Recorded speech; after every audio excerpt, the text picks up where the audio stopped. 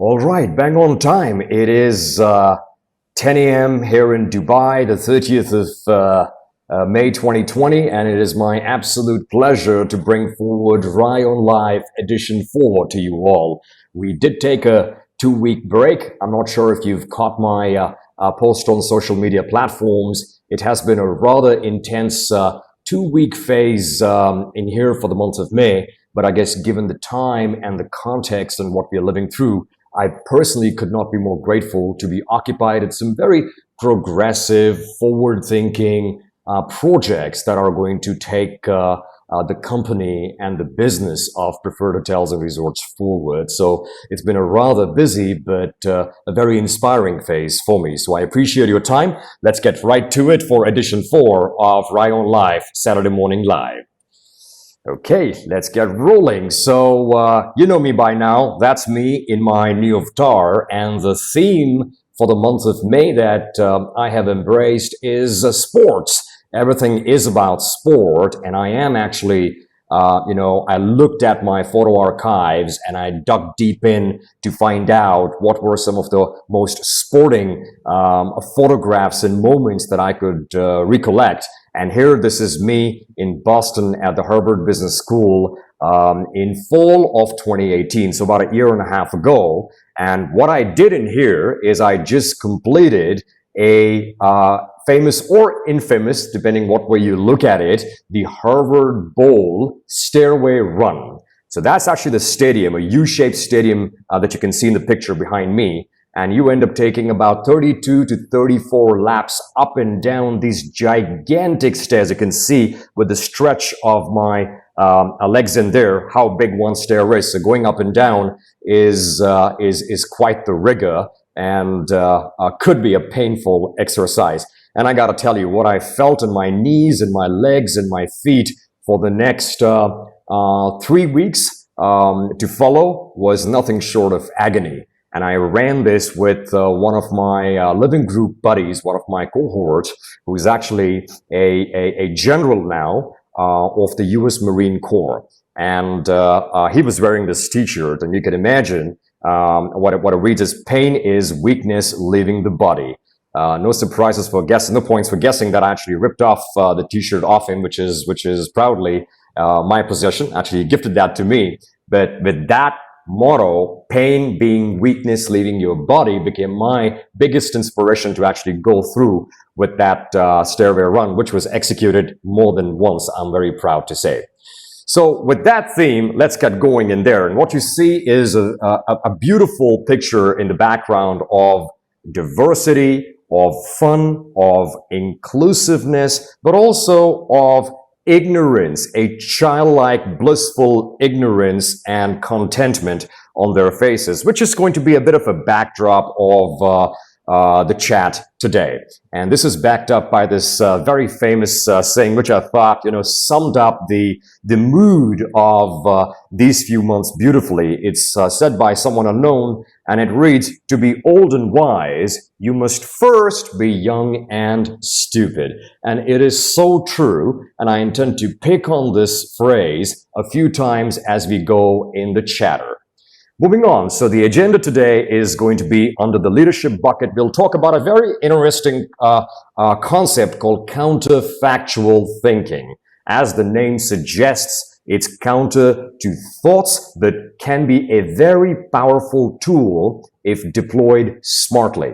In the world around us section, we'll talk about the playful kid in all of us and the magic this little kid is capable of igniting and accelerating. Under sustainability, we'll talk about going hyperlocal and what could that mean to the future of travel, tourism, and experiential hospitality. So getting right to it, there's a very interesting little saying to start. Do not believe everything you read on the internet just because there's a picture and a quote next to it. Famously said by Abraham Lincoln. Of course, you figured it out that there was no internet when Abraham Lincoln was around, and of course, absolutely, he did not say it because he could not be talking about the net because net didn't exist, right? But how real this looks, and this is a little bit about the make-believe situation that we all pass through several times a day. When we access our favorite news wires, online, digital, or print, or conversationally, all of us are actually talking about what we believe to be facts, as a matter of fact, which could simply be someone's opinion, or worse off, in many cases, a misrepresentation, a misinterpretation of information or reality out there in the world. So just a bit of a reminder to be vigilant and hyper-aware and self-evaluating, self-analyzing as we read through and process and consume information. And this is a great lead into getting in and talking about counterfactual thinking. So what is counterfactual thinking and how does that roll? Counterfactual thinking is a concept in psychology that basically involves a human tendency to create possibilities, a possible alternatives to a real life situation, something which is contrary, something which is imaginary to actually what happened. As it states, it is counter to the facts. It's contrary to the facts and it's a figment of one's own imagination. And it can, if not handled or evaluated or underlined correctly, it can possibly impair good judgment ability in leadership. Now, what are the types of counterfactual thinking? What are the components of it? There are four primary components in two pairs. Pair one is upward and downward. Pair two is additive and subtractive. Upward counterfactual thinking is when we think of how a situation could have been better. It's like saying, if our team practiced harder, we could have beaten our arch rival in sport. And it usually leaves behind a feeling of regret, remorse in terms of what could have been but wasn't true. The opposite of it is downward counterfactual thinking, which leaves one with a feeling of relief when you start to imagine how a situation could have been worse. To say that, hey, I'm so glad that I at least read or studied for 1 hour and managed to score a B. You know, if I didn't study at all, I could have scored a C or a D, right? So it leaves you with a sense of relief, a little bit of elation by imagining how a situation could have been worse. So the upward and downward is pair one.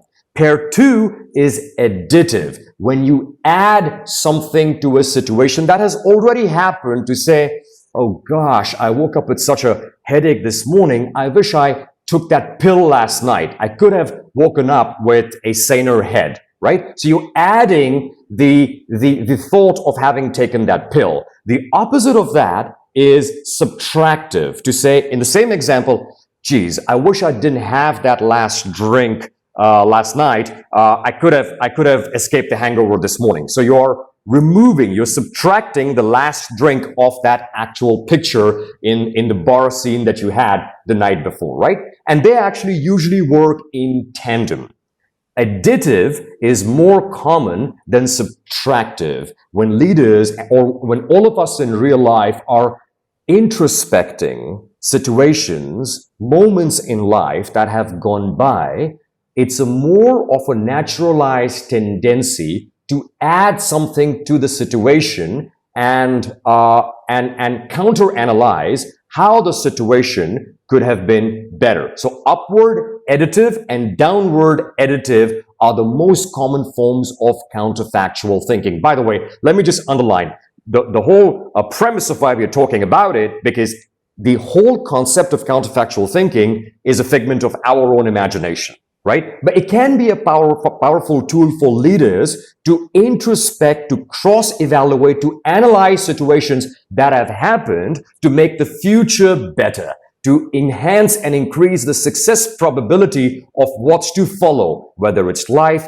family, sport, business, study, whatever it may be. How do we make it better? That is where counterfactual thinking can be a powerful tool. Now, a related concept to counterfactual thinking is the curse of knowledge, which is a cup too full in Buddhism. It is a very, very famous concept where a cup too full has to be emptied before you can park more learning. This is when many of us start to believe that we know it all, right? But that is the curse of knowledge, because that impairs, curtails, retards our ability to grow. The curse of knowledge is a cognitive bias, right? It occurs when individuals communicating to other individuals. Now imagine yourself in a sport, in a family, in a business, in an education scenario where we are interacting with people around us, and we, as a leader or as a team player or as a family member or as a peer at work, unknowingly, involuntarily end up assuming that the other person has the same background, same set of facts, same level of awareness as us. And this makes the talker believe, whoever is saying it, it makes that person believe that the listener has understood the message exactly how it was intended. And this impacts the leader's ability to connect and communicate, because the magic of effective communication is all about the message being understood, embraced, and absorbed exactly as intended. So the accuracy and the completeness in message absorption is the real magic here. And this particular curse of knowledge and counterfactual thinking, if not handled correctly, can impair a leader's ability to communicate. And as you know, about 70% of communications anyway said to be non-verbal. So it's only 30%. So if the accuracy of that 30% and the absorption isn't as intended, and you send confusing body language vibes on top of that, geez, that is like a communication disaster, right? So the leader will end up not connecting with the audience. That is what the premises of us talking about counterfactual thinking today is. This further accelerates counterfactual thinking. The fact that the leader unknowingly assumes that the audience, the team, has understood the message, it leads to an assumption, a counterfactual assumption on the leader's part that we are good to go. We are all on the same page. As a matter of fact, you're not. So now, connecting back to edition 3, think balanced, managed counterfactual thinking, aligned, merged, overlaid with good judgment ability. Now, one skill atop the other, we are basically carving out a perfect leadership suite, personality suite in there in terms of what all needs to sit in there. So counterfactual now clubbed with good judgment and the ability to communicate accurately puts the leaders, puts all of us, leaders or all of us in our own way and right, puts us at a much better, stronger success probability ratio. So that was counterfactual thinking as today's leadership concept.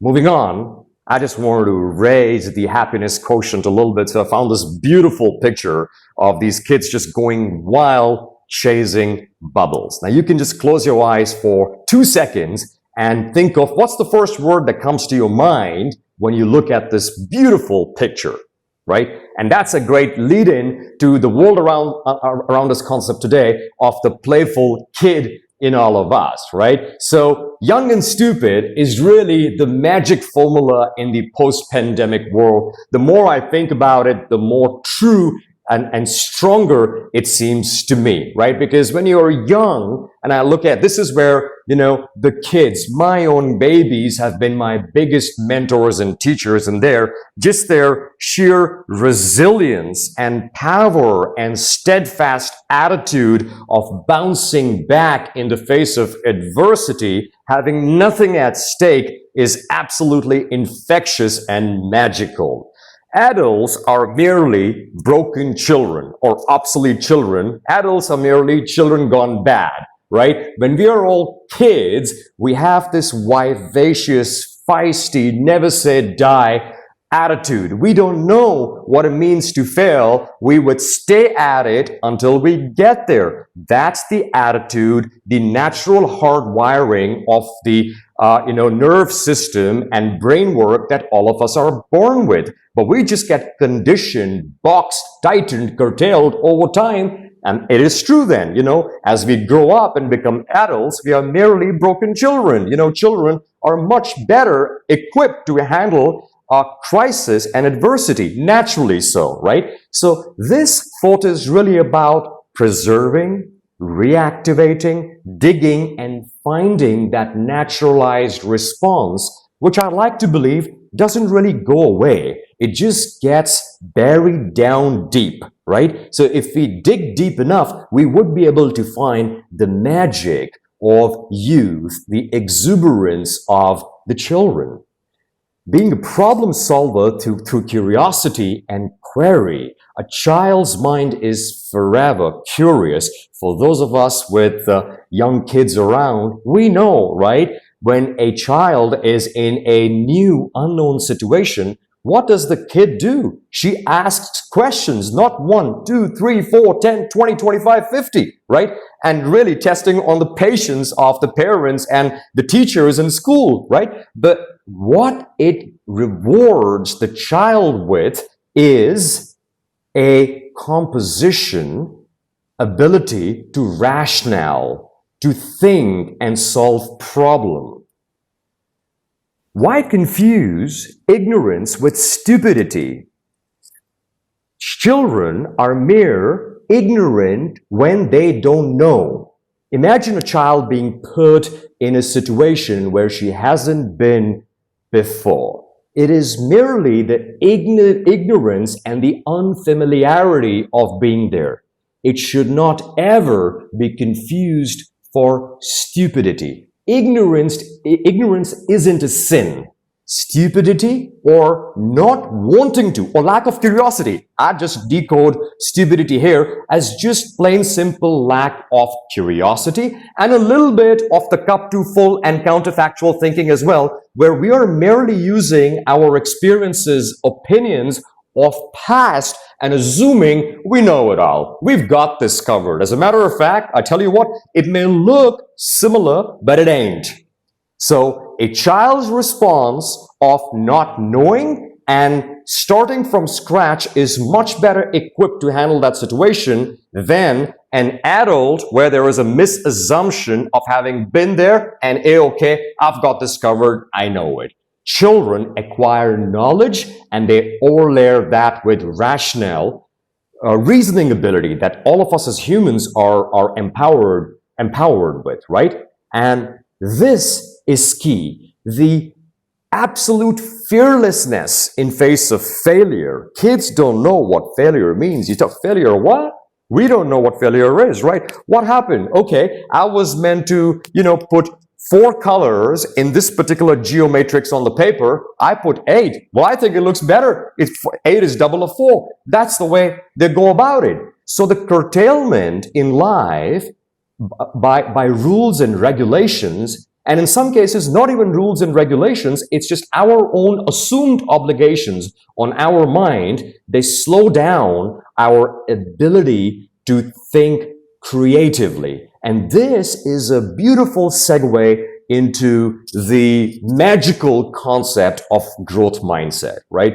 I actually reposted earlier this morning on LinkedIn one of the most vivid and inspiring and yet very simply put a short script on what growth mindset is all about, and I have full intentions to research more on growth mindset and bring it out as possibly one of the leadership topics in the future editions of Saturday Morning Live. So more to come on that. But this ability of approaching things creatively, ability to shun away the stigma of failure and use research and creativity to push back failure and embrace growth mindset is what this childlike playfulness in life and business is all about.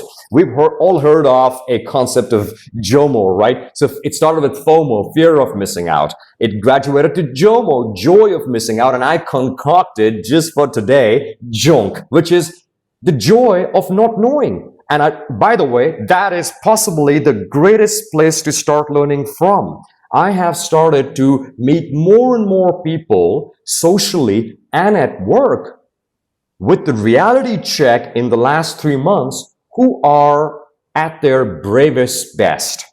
Why I say this? Because when they don't know, right? Earlier, we've all been in situations where, we don't know something, but we say, yeah, I know about that. And then we try to wriggle our way out of that spot, right? But this junk is having the pride, the confidence, almost a feel-good factor of owning to someone's face, I don't know nothing about that. What are you talking about? Educate me. I'm on ground zero. I'm making a start. Whether it's a business concept, a life concept, a new sport, a movie, or some book one's talking about. And it's a human tendency to say, you surely know about that, right? So we feel like we're being put on a spot, and it's almost, demeaning if you're to admit that, oh no, I don't know nothing about it. Can you tell me more, right? So this brave new order of things to come is junk. I don't know. Tell me. Educate me. Let's talk about it. I'd love to make a fresh start in here. So that's a great way forward, inspired by the kids who are, again, fearless in face of ignorance, right? When they don't know, my baby would tell me, I don't know. Can you tell me about this, Dad? Right? And that is inspiring. Moving on to the third section, which is sustainability. Today's theme is going hyper-local. What is hyper-local? Hyper-local is, imagine, and if you don't mind, with your permission, allow me to give a travel and hospitality example, because that's my flesh and blood. Imagine an experiential hotel. Imagine a beautiful 50-key resort somewhere exotically located in the mountains. You could choose the country, right? Freshwater spring, a river, great forestry, a little bit of wildlife, natural vegetation, most importantly, community, right? Let's imagine a civilization of, let's say, maybe a few 100,000 people living there for a period of 100 years, right? With a bit of a heritage, history, culture at play. Going hyper-local is all about coexisting and succeeding commercially while aligning and contributing to the community. And this, by the way, which is not usually understood prima facie, that it can be one of the best and the most sustainable business strategies, right? Hyper-localization preserves the goodness of a destination without taking away, coming in way of the microeconomic, microcultural, microsocial fabric. By making the micro-local economy thrive via dependency, cross-dependency on businesses within community, the business actually becomes, this resort becomes an enabler, a catalyst, an accelerator that makes everybody around thrive. So imagine if this resort was to source pottery, artwork, fresh food and vegetables, meat, anything, right? Imagine if they were able to design such a structure that the artwork was being locally sourced. Now, surely in such communities, there are some very, very celebrated forms of art that actually get passed on from one generation to another, right? So not only are you protecting and preserving the authentic art, which is a heritage of the community, but hey, you buy, let's say, fabric. There is some artistry work on the fabric from the artist. That artist buys the fabric from the fabric manufacturer, who's also in the community. The fabric manufacturer takes the raw material or the wool or the silk from the farmhouse. So complete backward and forward integration of the logistical supply chain, which is housed within the local, hyperlocal geodomain, is the thought here. And needless to say, as you can imagine, this spurs probably the most pedigree, maximized level of authenticity in experiential tourism.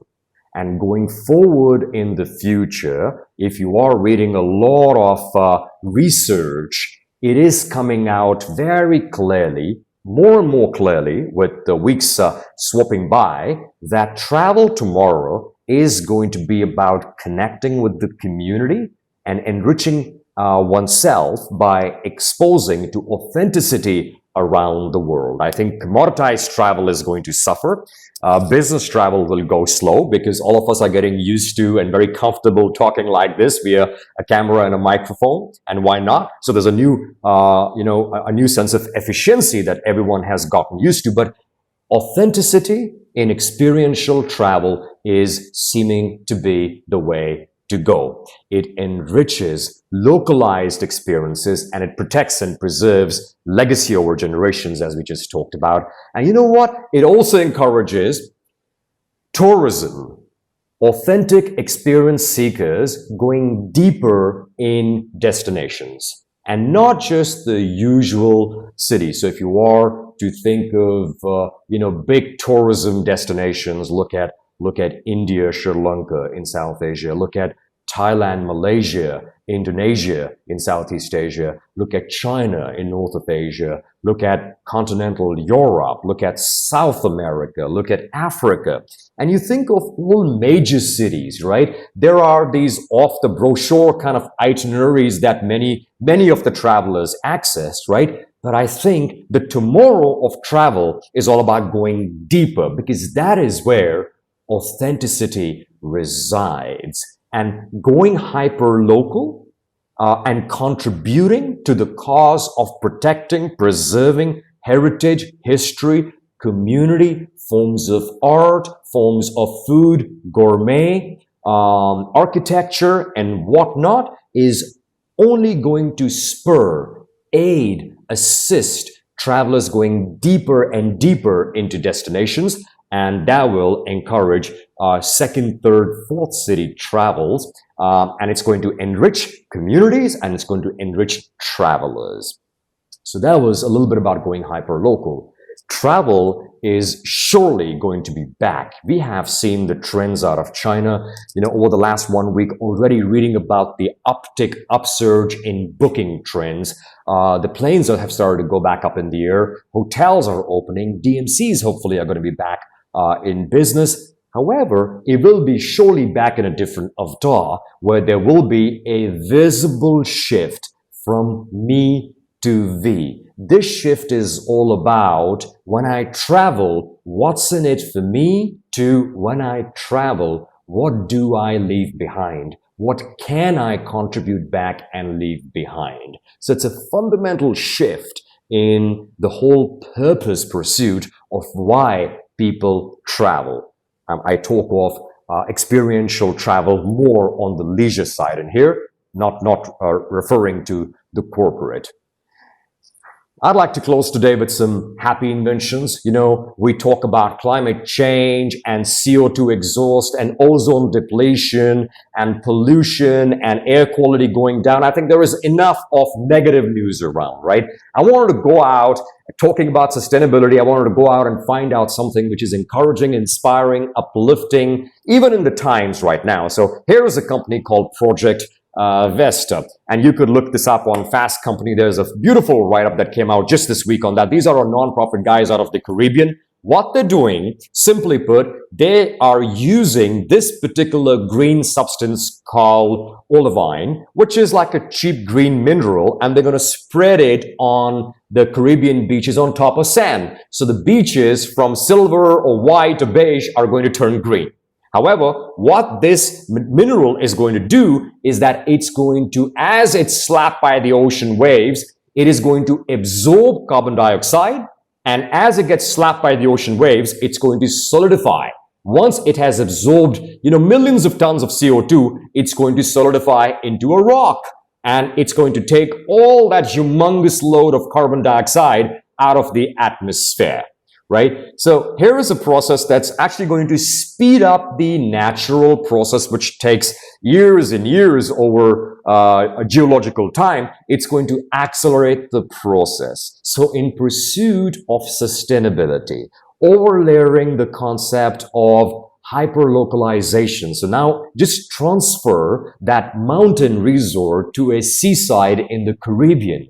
Imagine if the proprietors of that resort make investments into technology solutions, forward-thinking sustainability causes like this one. You start to, every day of doing business, you start to give back to the environment, to the earth, to the community, to all of us and our families and our children and the future, right? So how is that for giving back in pursuit of sustainability and yet being commercially viable in here? With that, we come to an end of today's session. Spot on 30 minutes. How's that for timing, eh? So here we are, open to any questions. And I see that some of our colleagues have maybe had some challenges dialing through. I apologize for that. But as you know, this is going to be up on YouTube by close of day, so you will be able to hear me live or as good as live in there with my voice and face. So thanks again for your time in here. I will just now run a quick check to see if there are any questions posted in the chat box so we could take those. Else we are good to go and dive right into Saturday, the weekend. Okay.